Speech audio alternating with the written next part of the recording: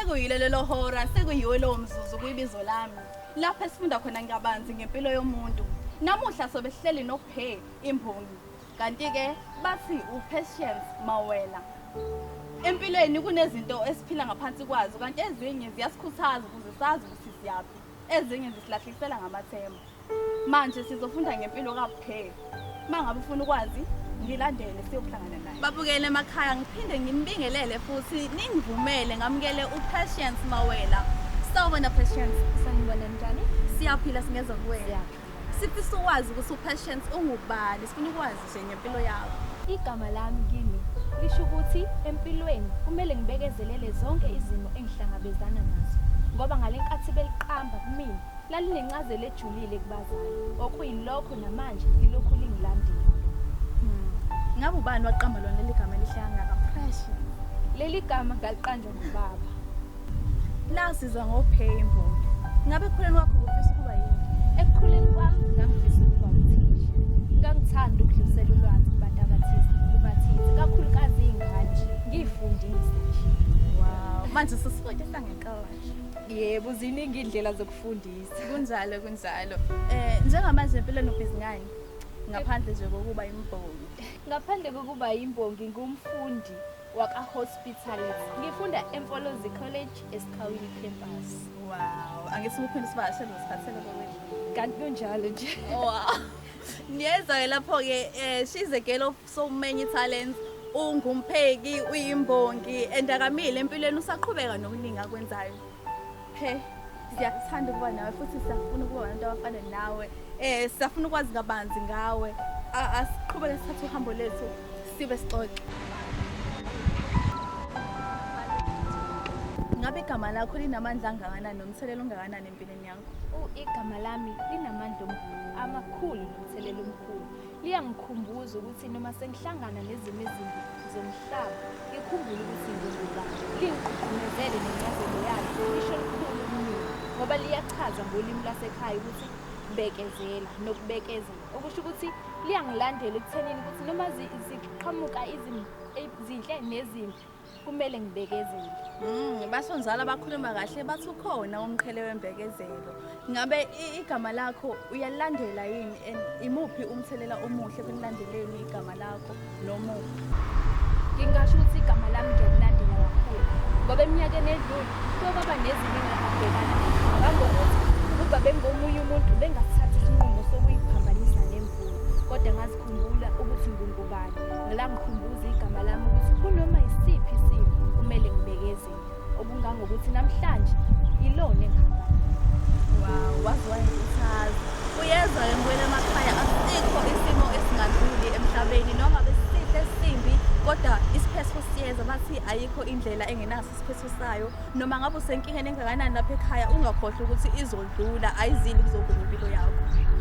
Sonke siyazi ukuthi usuku nosuku luba nesiphiwo zakhona. Wena yini le nginokugqoza uma uvuke ekseni uthi noma ngenzakalani mina ngizowenza u1 no2? Ngikholela ekuthenini uma uvuka ekseni usaphila, uNkulunkulu usuke nenhloso ngokuthile ngawo. Uphiwe ithuba lokwenza kangcono kunayizolo. Kumeneke noma ngabe uhlangabezana nani, uyitshela ukuthi kumele uachieve lokho osuke ukuphupha mihla namalanga. Okusho ukuthi kumele lokho okufisile nalokho okuhlelile ungabheka ukuthi hayi mina ngoba nakho ngisabhekane nokuthi angikwazi ukwenza ukuthi. Kumele uzipha amandla usuku nosuku, ube positive every day ngempilo yakho. Every time. Eminyakeni emihlanu noma yeshumi ezayo ufisa ukuyibona phi nje empilweni? Njengembongi ngiyibona sengamanye amazwe kumele izwe lala eSouth Africa, ngiphesheya makwenzeka noma eChina makwenzeka. Wow, ungasibuyeli necorona eChina. Ngingagcini lapho ke nginesifiso njengoba ngifunda ngumpheki. Empeleni isifiso sami ukuba ngenze elinye lamahhotela lobizwa ngaphansi kwegama lami. Azamahla amaphupho. Nawe lapha ekhaya iphupho lakho ungalifeza nje kube lula. Mangabe uvuka ekseni wenze njengosibekezela. Ubekezele uyitshela ukuthi yonke into inesikhathi sayo, isikhathi sakho nawe sizofika noma singakafiki manje, kodwa kusho ukuthi sekuphelile ngawe. Kumbuke lapho ekhaya yini ongamnika yona nje engamguguzela amazwi ongamupha wona nje empilweni?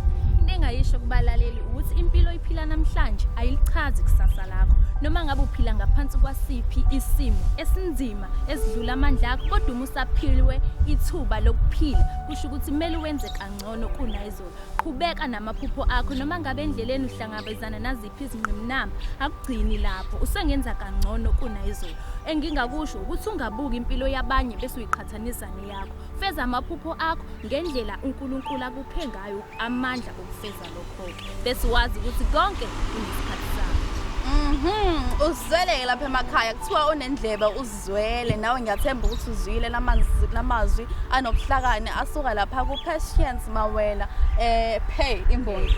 Angisikudedele sifuna ukwazi ukuthi ngampela yini uyimbongi, usiphe nje amagama amabili amathathu, olayini ababili abathathu nje, usithi nje thatha. Qhude lokusa salusukhaya. Intansi yosize engeke isasiza nesililo sabalele asizwakalanga. Bebelindela ukhala kwecilongo bevuke ngokwenzeke emandulo besicobelele ehleze emasisweni besiyobuya. Ngoba ukuthula kweqhude kufakazela ubumnyama kufakazela ukushona kwelanga, kanti ukushona kwelanga khona kufakazela ukushabalala kwezimilo. Kodwa ngebethu kwamponjana basinikelile umthwalo wethemba bona bawuthulile.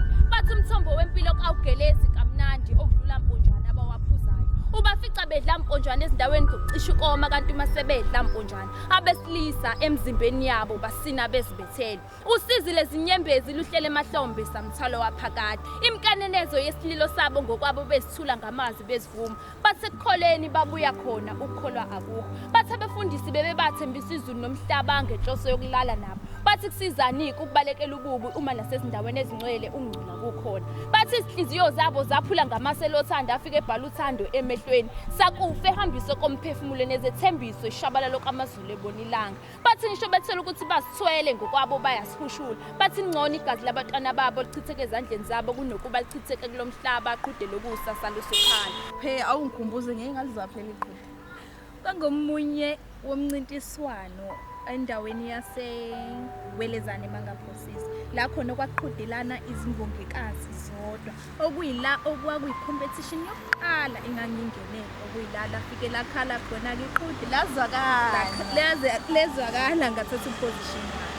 Ngathi ngiyabonga kubo bonke abantu abathethe isikhathi sabo babuka ubizo lami olungaphansi komgosi and me. Siphinde sibonane kokuzayo. Ngilithandani nihlale nivahle kanjalo nje, nihlale kahle.